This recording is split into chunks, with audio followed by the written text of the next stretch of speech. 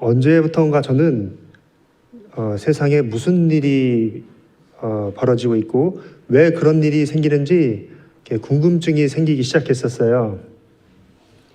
그래서 제가 성인이 됐을 때 연애에 소질이 없어서 어떻게 하면 연애를 잘할 수 있을까 고민을 무지하게 많이 했었습니다. 그래서 이제 주변 사람들을 이제 관찰하기 시작했는데 연애를 잘하는 사람들은 저에게 되게 위대하게 보였고 그런 사람들하고 친분이 있다는 게 되게 자랑스러웠어요.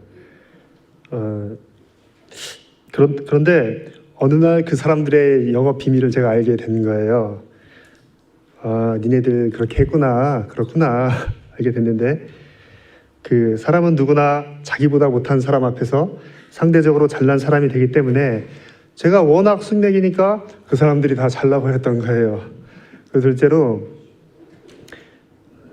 그 연애를 잘하는 사람들은 이성과 호감을 이렇게 주고받는 거에 그걸 잘하더라고요. 그거를 요즘 말로 무슨 썸을 탄다고 이렇게 얘기를 하더라고요. 그러니까 그분들은 이 이른바 썸 타는 거에 최적화되어서 딱 그것만 잘하더라고요. 그런데 이제 그런 관계는 인간관계에 필요한 어떤 진정성이나 성실성이 이제 없는 걸 알게 되면서 더 이상 그 사람들이 위대해 보이지는 않게 되었어요. 어쨌든 저는 내가 돈이 많으면 이성도 따라오고 인맥도 따라오고 다 따라갈 것이다 라는 한 단계 높은 생각을 가지고 열심히 돈을 벌었습니다. 그렇게 살다가 이 진리를 발견하면서 무슨 이성관계니 돈이니 이런 건 다 버렸어요. 이제는 이제 신앙인이기 때문에 제가 어려서부터 교회를 다니면서 가졌던 궁금증을 좀 나눠보려고 합니다. 이 진리를 만나기 전 한때 열심히 교회를 다녔는데 그때도 그 교회에서 막 통성기도하고 부르짖고 방언하고 이런 분들이 굉장히 막 위대해 보였어요. 저도 꼭 좀 그렇게 하고 싶은데 시간이 지나도 그렇게 안 되더라고요. 비밀이 좀 있겠구나 하고 좀 내가 이렇게 지켜봤는데 제가 그분들에게서 물론 그분들은 훌륭하신 분이고 열심히 있는 분들이었어요. 근데 제가 뭘 못 느꼈냐면 어떤 신앙적 조회, 이 진리에 대한 그런 하나님을 왜 믿는가에 대한 깊은 그런 이해를 저에게 들려주는 사람이 없었어요. 근데 이제 항상 보면 뭘 강조하냐면 이 세 가지를 강조했습니다. 예수님이 우리 죄를 위해 돌아가셨다는 것과 그리고 지옥은 아주 고통스럽기 때문에 우리가 가면 안 된다. 그리고 우리 믿기만 하면 구원이니까 예수님을 믿어야 된다. 물론 대속은 감사한 일이죠. 그리고 지옥 가면 안 되고요. 그런데 왜 하나님을 믿어야 하는지 폭넓은 이해를 갖고 좀 믿고 싶은데 그냥 오늘도 우리에게 구원을 주시는 예수님 감사합니다. 내일도 예수님 감사합니다. 이 프레임에서 벗어나질 못하는 거예요. 이렇게 하면 저 같은 사람은 자라나지 않거든요. 저 같은 사람 정말 많습니다, 교회에. 오늘은 구속사에서 무슨 일이 벌어졌고 왜 그렇게 된 건지 기존에 알았던 것에서 새롭게 발견되는 몇 가지를 조금 나눠봤으면 좋겠습니다.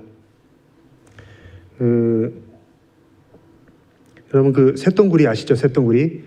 이 쇳덩구리는 똥을 굴려서 집으로 가져가기 전에 이 동그랗게 똥을 말아서 그 위에 이렇게 올라가서 춤추듯이 이렇게 한 바퀴 돈다고 그래요. 과학자들이 왜 쇳덩구리가 저런가 이제 연구를 해봤는데 놀랍게도 하늘의 은하수를 가렸을 때 쇳덩구리가 길을 잃는다는 것을 발견했어요. 그러니까 이 작은 미물이 하늘의 은하수를 인지하고 집을 찾아가는 것이에요. 이런 거는 정말 어떤 다른 동물이 흉내낼 수 있는 게 아닙니다. 그리고 그 홍학이라는 새가 있어요. 그 학의 한 종류인데 이 홍학은 길고 얇은 다리로 서서 자요. 서서 자는데 무려 한 다리를 접고 한 다리로 그렇게 잔다고 그래요. 그래서 정말 이런 거는 따라할 수도 없고 이해할 수도 없고 흉내낼 수 없는 그런 본능입니다. 본능. 이렇게 태어날 때부터 가진 능력을 본능이라고 하죠. 이 본능은 진화의 결과가 아니라 노력해서 얻은 결과가 아니라 하나님께서 창조하실 때 부여하신 고유의 능력이에요. 인간에게도 하나 있습니다. 뭐 여러 가지 있죠. 그 중에 하나가 신앙심이거든요. 우리가 이제 본능적으로 하나님을 찾고 경배하려는 마음이 있어요. 그래서 이 동물들은 절대로 하지 않는 종교 전쟁을 정말 인간들은 팍 터지게 하고 있습니다. 그 창세기에 하나님이 각종 동물을 만드시고 아담 앞에 이제 지나가게 하셨죠. 어떻게 이름을 짓나 보려고. 아담은 이 동물들의 특징을 순간적으로 포착해서 즉흥적으로 이름을 작명했습니다. 뭐 너는 코가 길어서 코끼리, 너는 목이 길어서 뭐 기린, 그리고 뭐 너 코에 뿔이 있는데 뭐 코뿔소, 이렇게 슈퍼컴퓨터가 막 연산을 하듯이 파파파파 이렇게 이름을 막 지어줬던 거예요. 뭐 아담이 자기가 그런 능력을 가지고 싶어서 가졌겠어요? 이런 건 하나님께서 창조하실 때 집어넣으신 어떤 본능이죠.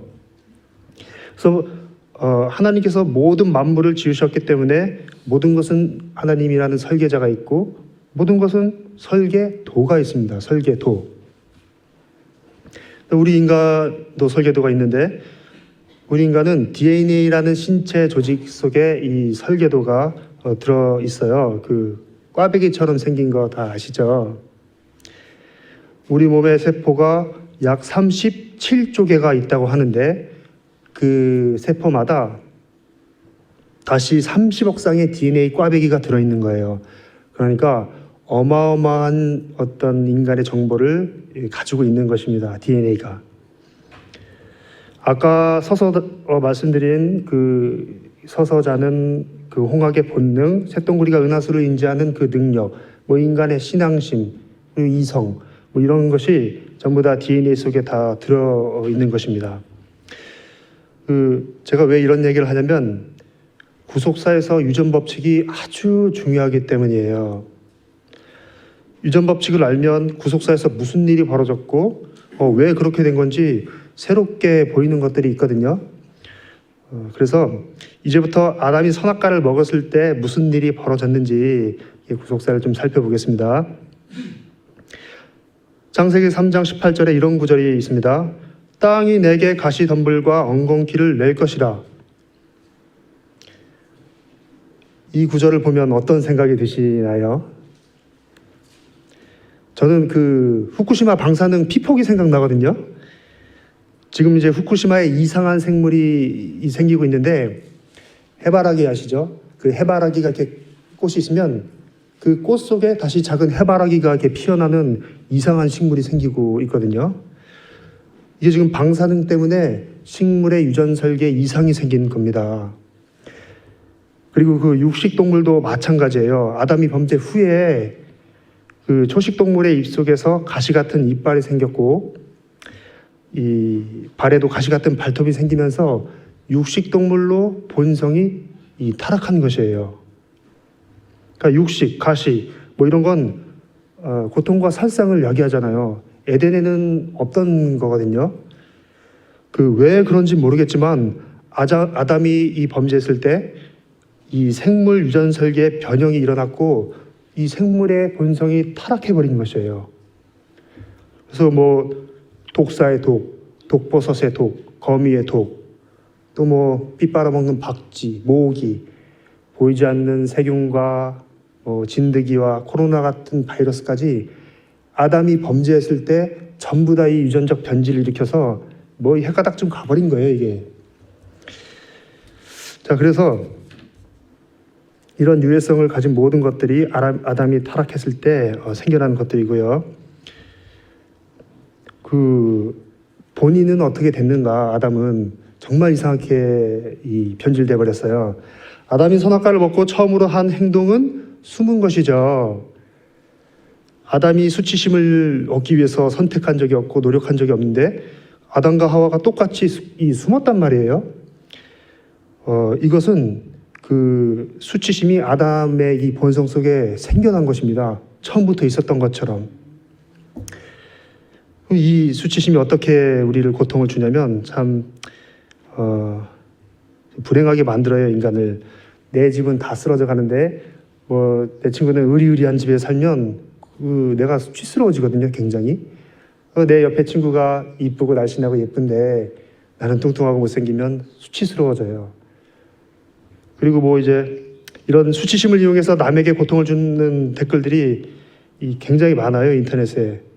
돈도 없는 주제, 직업도 변변치 않은 주제, 공부도 못하는 주제. 얼마 전에 자살한 연예인도 이 성적 수치심 때문에 이렇게 좀 스스로 목숨을 끊었는데요. 저희 동네에 노숙자 한 분이 계시거든요. 그분은 정말 남루한 옷에 머리가 정말 사방으로 이렇게 딱 뼈쳐서 누가 봐도 노숙자가 아닐 수가 없는 그런 분이 계세요. 저도 좀 불쌍해서 제가 한 번은 먹을 걸 사다 주고 한 번은 이렇게 돈을 줬거든요.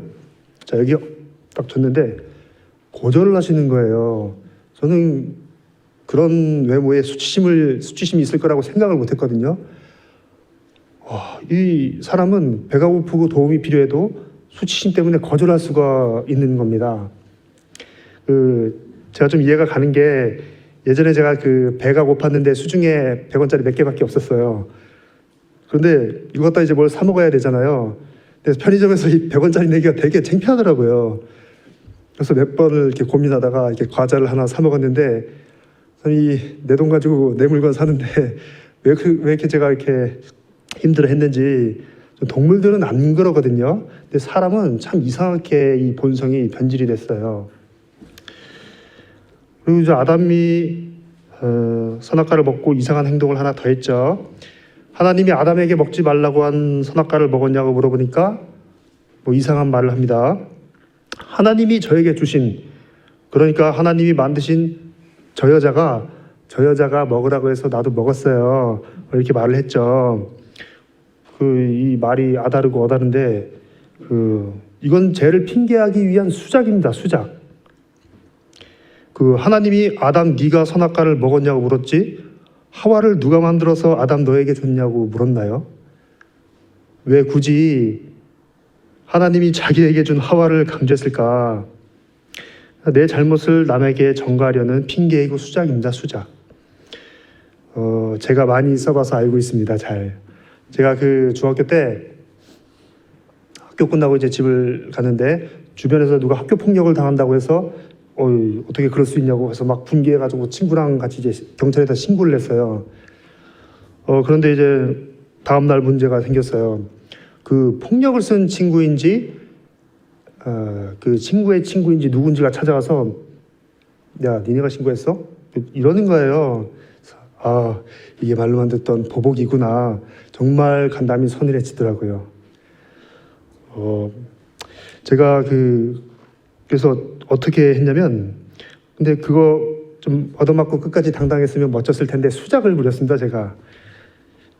당시 제가 이비인후과를 이제 다니고 있었는데 제가 의료보험증을 이렇게 싹 보여주면서 아니야, 나 학교 끝나고 병원 가는 길이었고 여기 옆에 친구는 그냥 잠깐 같이 있던 친구이고 나는 신고하자고는 안 그랬어. 자, 나 병원 가는 길이었거든. 자, 나 오늘도 가거든. 이렇게 하면서 정말 발을 쏙 빼버렸어요.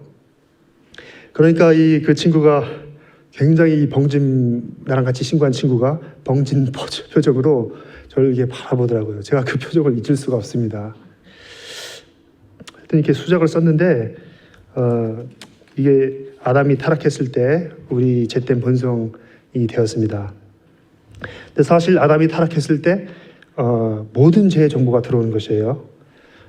미움, 살인, 분노, 슬픔, 질투, 이간질, 이기심, 수치, 기만, 거짓, 이 모든 죄의 정보가 아담의 DNA 속에 타락한 본성이라는 이름으로 박혀버렸어요. 이제 이건 빼도 박도 못하는 거예요. 아담이 당시 벗고 있었기 때문에 수치심이 즉시 작동한 것이고, 하나님이 이 선악과를 먹었냐고 추궁하니까 죄의 핑계, 수작이 작동한 것뿐이에요. 여러분, 옆 사람을 30초 동안 이유 없이 쳐다보면 어떻게 될까요? 보면 볼수록 사랑스러워질까요? 아니면 이 부담스러워질까요? 보통 되게 부담스러워지거든요. 처음엔 왜 쳐다보지? 뭐 잘못됐나 하다가 계속 쳐다보면 이거 싸움 날 수 있습니다. 그게 왜 그런 거냐면 여러분의 그 DNA 속에 방어의식이라는 본성이 작동해서 그렇습니다. 이것도 아담이 범죄했을 때 우리 안에 생긴 것이에요. 그래서 그 기분 나쁘다고 이렇게 싸운 사람들이 그렇게 많은 거예요, 세상에. 이 사실 아담 할아버지가 성경에 비중 있게 등장하는 인물이기 때문에 우리가 좀 좋게 보잖아요.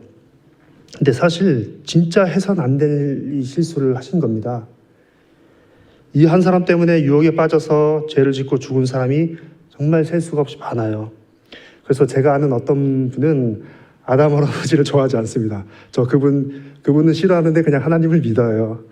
그래서 제가 만약에 나중에 하늘에 가면 한 번은 제 말하고 싶어요. 할아버지 때문에 우리들이 정말 생고생했습니다. 한 번은 정말 하소연하고 싶어요. 자, 이렇게 타락한 본성이 인간의 유전 설계에 생겨나면서 인간은 스스로 유혹을 정할 수 없는 존재가 되었고, 이 특별한 능력이 작동하지 않으면 그냥 죄를 짓고 다 죽을 운명이 된 겁니다. 자, 그렇다면 예수님이 왜 구속사에 등장했는지 그 이유를 이제 알아봐야겠죠. 여러분들의 이해를 돕기 위해서 제가 문제를 하나 내겠습니다. 죄가 없던 에덴 동산에서 인류가 타락하기 위해선 어떤 일이 벌어져야 할까요? 자, 아담이 아니라 인류입니다. 인류. 첫째, 사탄의 대표가 선악과를 먹어서 죄를 지어야 한다. 둘째, 천사의 대표가 선악과를 먹어서 죄를 지어야 한다. 셋째, 인간의 대표가 선악과를 먹어서 죄를 지어야 한다. 답은 뭘까요? 정답은 인간의 대표가 선악과를 먹어서 죄를 지어야 합니다. 사탄은 알았던 거예요. 인간은 유전이라는 개념으로 창조되었기 때문에 아담 속에 죄된 본성이 생긴다면 그 아담 허리에 있는 그 모든 그 자손들이 자신의 권세에 들어올 것을 알았던 것이에요. 그래서 인류를 타락시키려고 마음먹었을 때 사탄 자신이 선악과를 먹은 게 아니라 지나가는 천사를 유혹해서 먹게 한 게 아니라 모든 인간의 대표였던 아담을 유혹한 것입니다. 그러니까 우리는 성경에서 이 부분을 대수롭지 않게 이제 봤어요. 그런데 이 사건에서 유전 법칙이라는 구속사의 일루를 우리가 볼 수 있어야 하는 것이죠. 사탄은 이 한 사람을 쓰러뜨렸지만 아담 허리에 있는 모든 인류가 이 권세에 들어왔기 때문에 정말 사탄은 아마 좋아서 발광을 했을 겁니다. 그래서 선악과 사건의 본질은 유전 법칙을 악용해서 사탄이 인류를 타락시킨 사건인 것입니다. 여러분 성경에서 누가 누구를 낳고 이런 족보 이야기가 나오죠. 저는 솔직히 이거 되게 지루하더라고요. 왜 있는지도 모르겠고. 근데 족보는 구속사를 이해하는 데 대단히 중요한 열쇠를 가지고 있습니다. 제 문제를 하나 더 낼게요. 타락한 인류가 다시 회복하기 위해선 어떤 일이 벌어져야 할까요? 첫째, 사탄의 대표가 죄를 승리해야 한다. 둘째, 천사의 대표가 죄를 승리해야 한다. 셋째, 인간의 대표가 죄를 승리해야 한다. 셋째. 네, 정답은 셋째입니다. 아담이 타락한 후에 이 지구는 사탄의 동산이 되었어요.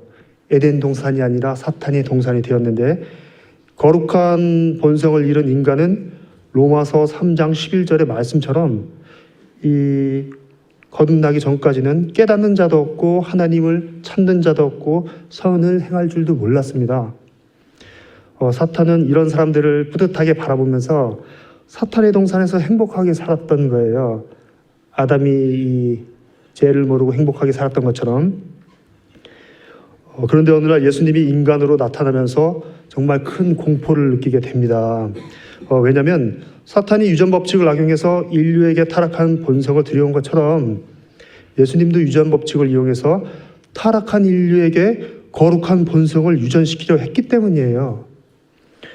예수님은 첫 번째 인간의 대표자였던 아담의 실패를 만회하기 위해서 두 번째 인간의 대표자로 오셨고, 모든 죄를 승리함으로 타락한 인간이 다시 살 수 있는 길을 여신 거예요. 자, 중요한데, 아담이 하나님과 연결된 한 가지는 아담의 성품이 전부예요. 뭐 다른 게 없어요. 우리가 누구의 자손인지를 결정하는 것은 우리의 씨, 그러니까 우리 성품이 하나님을 닮았는지 마귀를 닮았는지에 따라서 이게 결정이 됩니다. 성품만이 연결고리예요. 그런데 아담이 죄를 지었을 때 거룩한 성품이 타락하면서 하나님과 유전적 동질성이 끊어진 겁니다. 그러니까 유일한 연결고리가 끊어지면서 더 이상 아버지와 자식 사이가 아니게 된 거예요. 죄의 싹은 사망이기 때문에 한 번 죄 지은 죄인은 다시는 하나님과 관계할 수 없습니다. 죄인이 스스로 거룩해지거나 스스로 구원하는 것은 불가능하기 때문에 이제 하나님이 개입하지 않으면 다 이제 죽게 된 것이에요. 자, 그래서 신이 인간이 되어 오신 거예요. 유전 법칙. 자, 예수님이 인간이 되셔서 인간 족보에 들어오신다면 거룩한 본성을 유전시킬 수 있는 자격을 갖게 되는 거거든요. 이걸 안 받으면 인간은 무조건 죽어요. 그런데 유전이라는 것은 어떤 동질의 성질을 가진 동종끼리만 전이 되는 거잖아요. 예수님은 신성으로는 하나님께 연결돼 있어서 거룩한 본성을 하나님과 공유하셨고, 인성으로는 인간과 연결되어서 그 거룩한 본성을 인간에게 유전시킬 수 있었던 거예요. 그래서 예수님을 하나님과 인간 사이의 연결고리라고 하죠. 이제 인간은 그리스도에게 거룩한 본성을 유전받아서 비로소 죄를 승리하게 된 것입니다. 갈라디아서 15장 57절, 우리 주 예수 그리스도로 말미암아 우리에게 이김을 주시는 하나님께 감사하노니. 그러니까 그리스도로 말미암아 이김을 주신다는 건 거룩한 본성을 유전받아서 우리가 죄를 승리할 수 있다는 거잖아요. 그 얘기하는 겁니다, 지금. 인류는 이 아담이 범죄하지 않았다면 아담에게서 유전받았어야 할 거룩한 본성을 이제 두 번째 아담이신 그리스도를 통해서 유전받음으로 유전적으로 다시 하나님의 자식이 되는 기회를 얻은 것입니다. 그래서 그리스도를 통해 우리가 하나님 자식이 이제 되는 거죠. 갈라디아서 4장 6절, 너희가 아들인 거로 하나님이 그 아들의 영을 우리 마음 가운데 보내사 아바 아버지라 부르게 하셨느니라. 자, 이 아들의 영을 우리 마음 가운데 보내셨다는 건 쉽게 말해 예수님 성품을 우리 마음에 심었다는 것이에요. 그분의 거룩한 성품이 우리에게 유전될 때 우리가 비로소 하나님을 아바 아버지라고 할 수 있는 것입니다. 그러니까 인간은 하나님을 버렸지만 하나님은 인간을 버릴 수 없었기 때문에 인간과 관계하기 위해서 인간이 되신 거예요. 그래서 높은 보좌에서 시궁창 같은 이 인간 세상에 타락한 본성을 쓰셔야 했고, 그렇게 할 때만이 비로소 인간에게 거룩한 본성, 하나님의 씨를 유전시켜 다시 우리 인간을 하나님과 자식 사이가 되게 하신 겁니다. 이것이 구속사의 본질이에요. 요즘 교회는 구속사를 너무 모호하게 알고 있는 것 같아요. 여기서 이거 가져다 쓰고 저기서 이거 가져다 쓰고 딱 짬뽕을 해보면 이게 기승전결이 없어요. 그러니까 하나님이 룰도 원칙도 없이 슬쩍 사람의 모양만 취하셔서 신성의 능력으로 모든 죄를 다 승리하고 갑자기 그 공로를 인간에게도 주셔서 믿기만 하면 구원받는 이런 룰도 없고 원칙도 없는 이상한 소설을 가르치고 있습니다. 아니, 왜 그렇게 하신지 납득할 만한 어떤 기승전결이 없어요.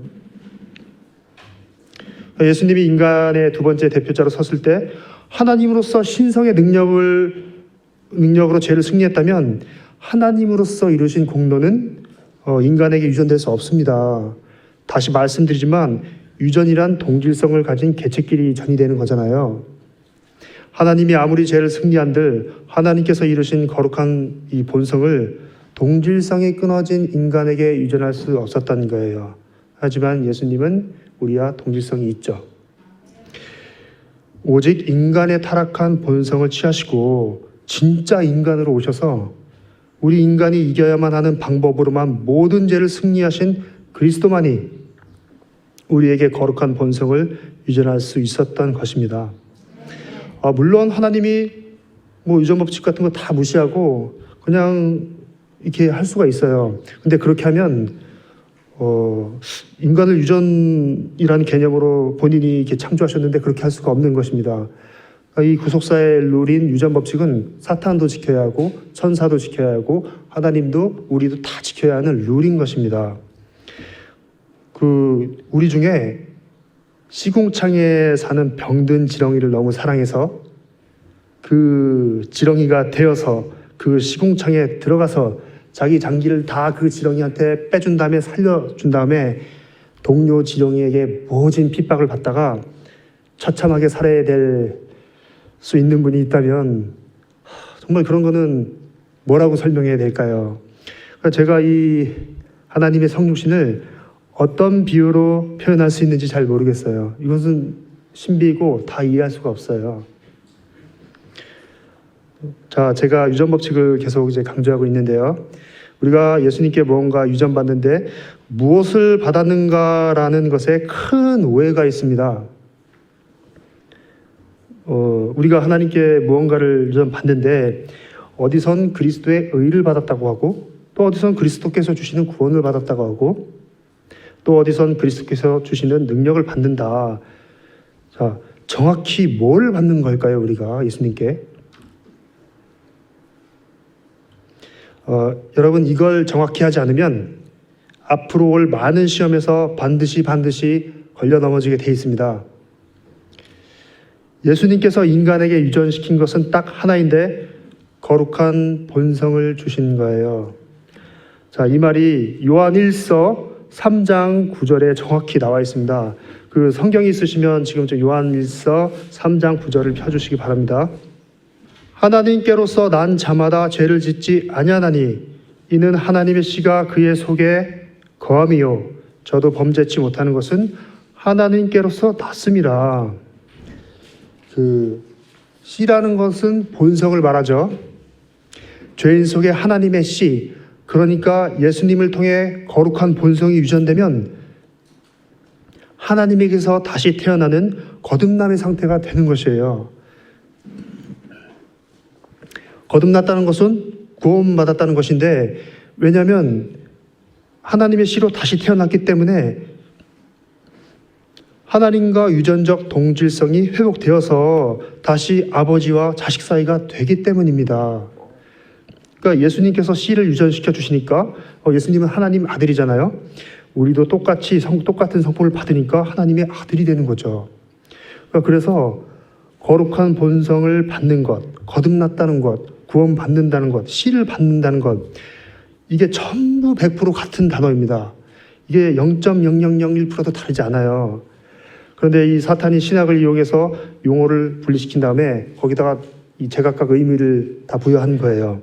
그래서 마치 우리가 뭘 받는지 이렇게 모호하게 이렇게 사탄이 신학을 통해서 만들어 버린 것입니다.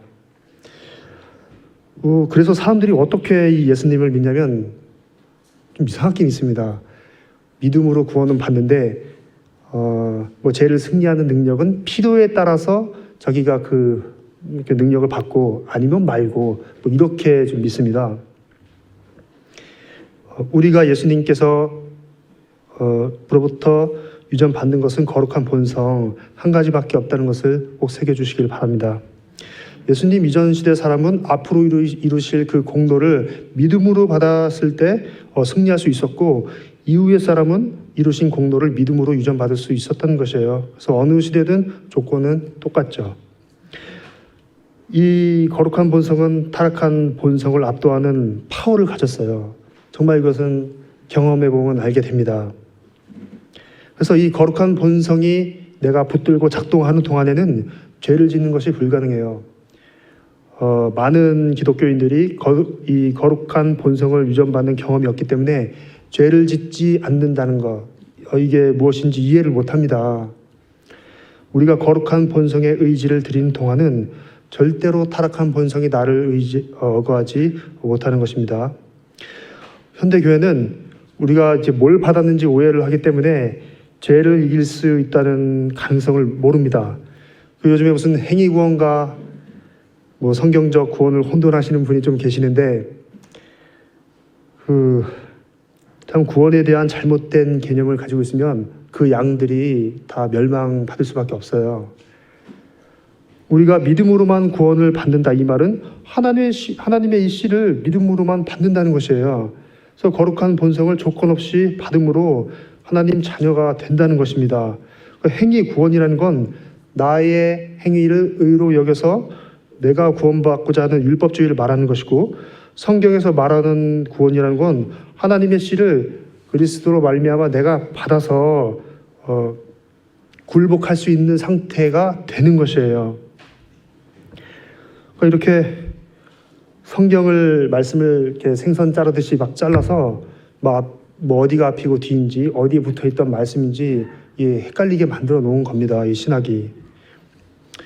여러분, 그래서 이 거룩한 본성을 받는다는 것은 격렬한 투쟁을 예고하는데요. 우리는 아담에게는 타락한 본성을 받았죠. 그리고 그리스도에게는 하나님의 씨, 거룩한 본성을 받았기 때문에 이 둘 중에 어떤 곳에 의지를 드릴 것인가에 대한 투쟁이 생길 수밖에 없어요. 그래서 성경은 영과 육의 전쟁이 있을 것을 강조하고 있는데, 그 말씀을 제가 읽어보겠습니다. 육신을 쫓는 자는 육신의 일을, 육신의 타락한 본성이죠. 영을 쫓는 자는 영의 일을 생각하나니, 이건 거룩한 본성입니다. 육신의 생각은 사망이요 영의 생각은 생각과 평안이니라. 영육 간의 싸움을 말하고 있고요. 만일 너희 속에 하나님의 영이 거하시면 너희가 육신에 있지 아니하고 영에 있나니 누구든지 그리스도의 영이 없으면 그리스도의 사람이 아니라. 그러니까 하나님의 영, 그리스도의 영이라는 건 이렇게 떠다니는 홀령이 아니라 주님 그 자체예요. 그러니까 주님의 성품이라는 것인데, 너희 속에 거룩한 본성이 거하면 너희가 육신의 본성을 따르지 않는다는 것이고, 이 거룩한 본성이 있어야 그리스도의 사람이라는 뜻입니다. 그러므로 형제들아, 우리가 빚진 자로 돼 육신에게 져서 육신대로 살 것이 아니니라. 너희가 육신대로 살면 반드시 죽을 것이로되 영으로서 몸의 행실을 죽이면 살리니. 그러니까 오해할 게 없어요. 육신의 타락한 본성대로 살면 죽고, 거룩한 본성대로 살면 육신의 본성을 죽이고 산다는 것입니다. 정말 하나님 백성은 정복해야 할 죄가 있고 투쟁해야 할 자아가 있다는 것을 부인하지 않습니다. 그거 힘들어서 버리면 몸은 편하겠죠. 그런데 이제 그 사람은 반드시 죽습니다. 예수님은 나를 따르려거든 자기를 부인하고 자기 십자가를 따르라고 했거든요, 분명히. 예수님이 나에게 오시면 자아는 부인해야 할 대상이 되고 죄는 버려야 할 그런 대상이 되기 때문에 투쟁이 생길 수밖에 없는 것입니다. 예전에 정말 믿음이 좋았던 청년 자매가 계셨는데, 그분은 정말 예수님 같은 자매였어요. 잊을 수가 없어요, 그분을. 그런데 그리스도께서 우리에게 뭘 이렇게 주셨냐에 대해서 거룩한 본성이 아니라 예수님께서 이루신 공로를 그냥 우리가 뒤집어 쓴다는 개념을 가지고 있었어요. 결국 그 하나의 누룩이 이설로 빠지게 해서 지금 그분은 투쟁도 굴복도 없이 그저 믿기만 하면 영원히 구원받는다는 그런 이설에 빠졌습니다. 저는 이제 사람을 좀 안 믿고요. 저 진심으로 하는 얘기인데 저도 저를 못 믿겠습니다. 제가 아니라고 생각했던 사람이 이렇게 어느 날 안 보이면 나도 사람이니까 저럴 수 있겠구나 하면서 정말 경각심이 들었어요. 제가 세 번째 다시 말씀드리는데, 우리는 거룩한 본성, 이 한 가지만 받았어요.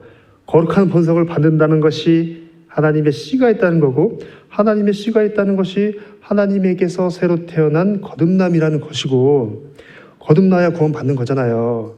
다 같은 말이고 한 가지를 유전받았다는 걸 기억해 주시기를 바랍니다. 자, 그런데 우리가 누구의 자식인가를 두고 타락한 본성과 거룩한 본성을 이 둘이 이제 서로 우리의 주권을 놓고 싸운단 말이에요. 그럼 확률적으로 구원받는 사람과 이 멸망받은 사람이 5대5는 나와야 되는데 성경은 구원받을 사람이 적을 것이라고 말을 하고 있습니다. 자, 받는 사람이 적은 이유는 이렇습니다. 아담에게 받은 타락한 본성은 몸을 통해 유전받기 때문에 타락한 본성이 주는 유혹 자체는 거절할 수가 없어요. 이건 자동으로 그냥 유전이에요. 우리가 거절할 수 없어요. 이 몸을 쓰고 있는 한.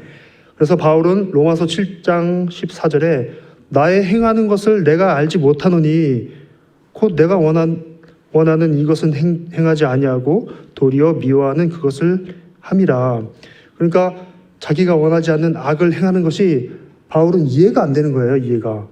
왜냐하면 타락한 본성이 우리 몸속에 자동으로 흘러들어와서 작동하기 때문에 우리가 노력하지 않아도 자연스럽게 악으로 치우치는 경향이 있는 것입니다.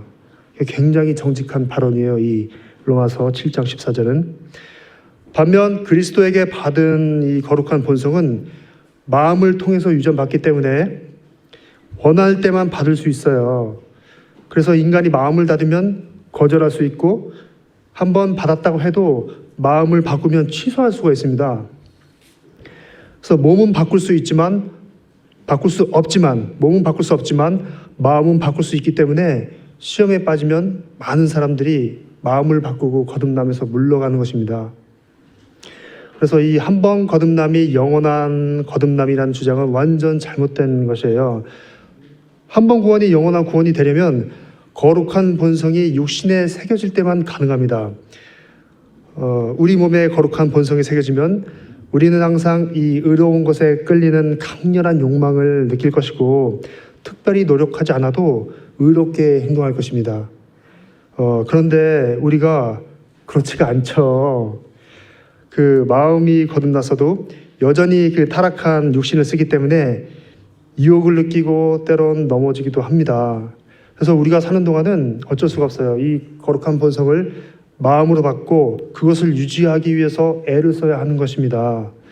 그래서 마음에 받은 거듭남은 분명 잃어버릴 수 있기 때문에 한 번 거듭남은 영원한 거듭남, 이거 이설입니다. 자, 이렇게 유전법칙으로 이렇게 진리를 보니까 좀 사탄이 어디서 장난을 치고 있는지 좀 이렇게 보이는데요. 마지막으로 우리 사탄의 기가 막힌 걸작품, 이 원죄서를 좀 봤으면 좋겠어요. 아담이 범죄한 죄를 우리도 유전받아서 우리도 죄인으로 태어난다는 것이 원죄설이죠. 우리는 그래서 본래 죄인으로 태어났기 때문에 죄를 지을 수밖에 없다고 합니다.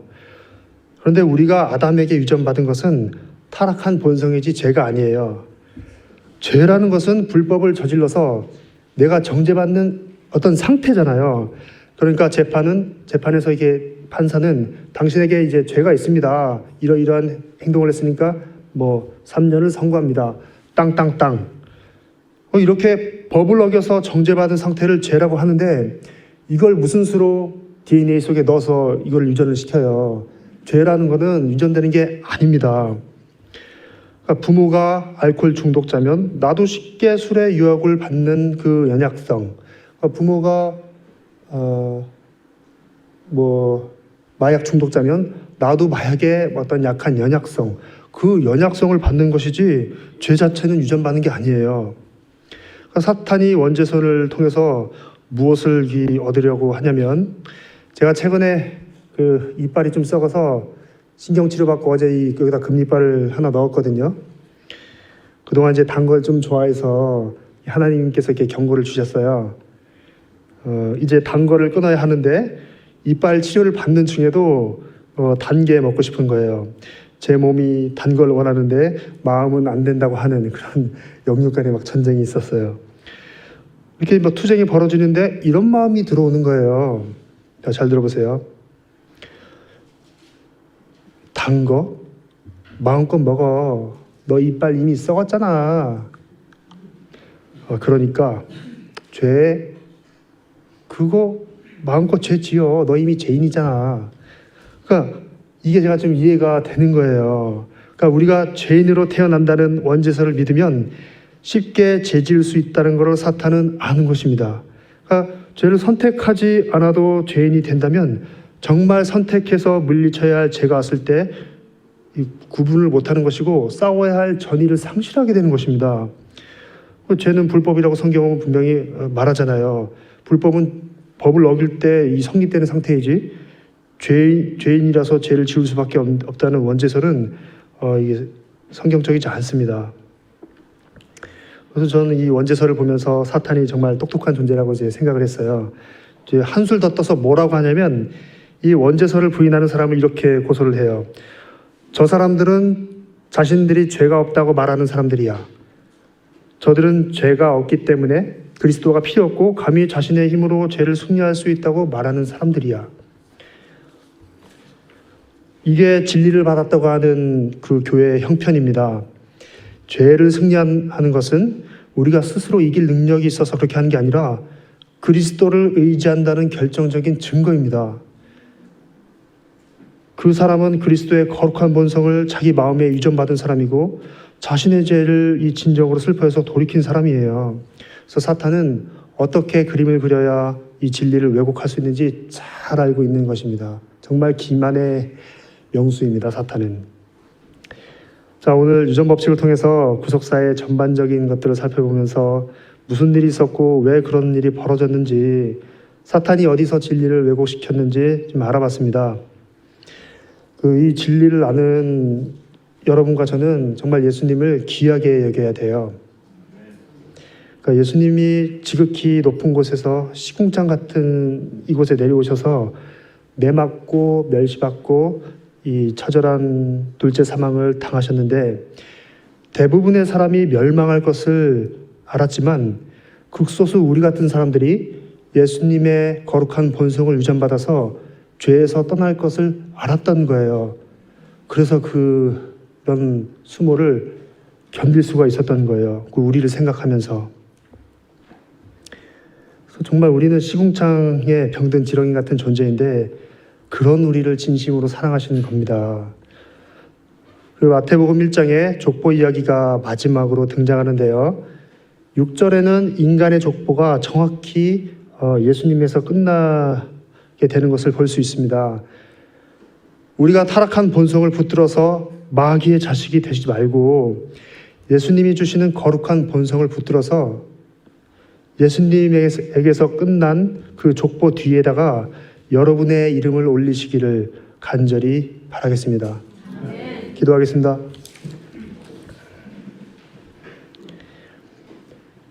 하나님 아버지, 우리가 하나님을 아버지라고 부를 수 있음으로 인해서 감사드립니다. 우리는 죄를 지어서 하나님을 버렸지만 하나님은 우리를 버리지 않으셨고 예수님을 보내주셨습니다. 하나님 아버지, 우리가 이 땅에 사는 동안은 정말 우리 마음이 예수님께서 유전하시는 그 거룩한 본성을 항상 받게 해 주셔서 새 속에서 끊어지고 죄를 멀리하며 자아를 십자가에 못 박는 사람이 되게 도와주세요. 그래서 하나님 자식을 다시 찾으러 오실 때 우리가 하나님 나라에 들어갈 수 있게 하나님 도와주시옵소서. 예수님 이름 의지하여서 간절히 기도드리옵나이다. 아멘.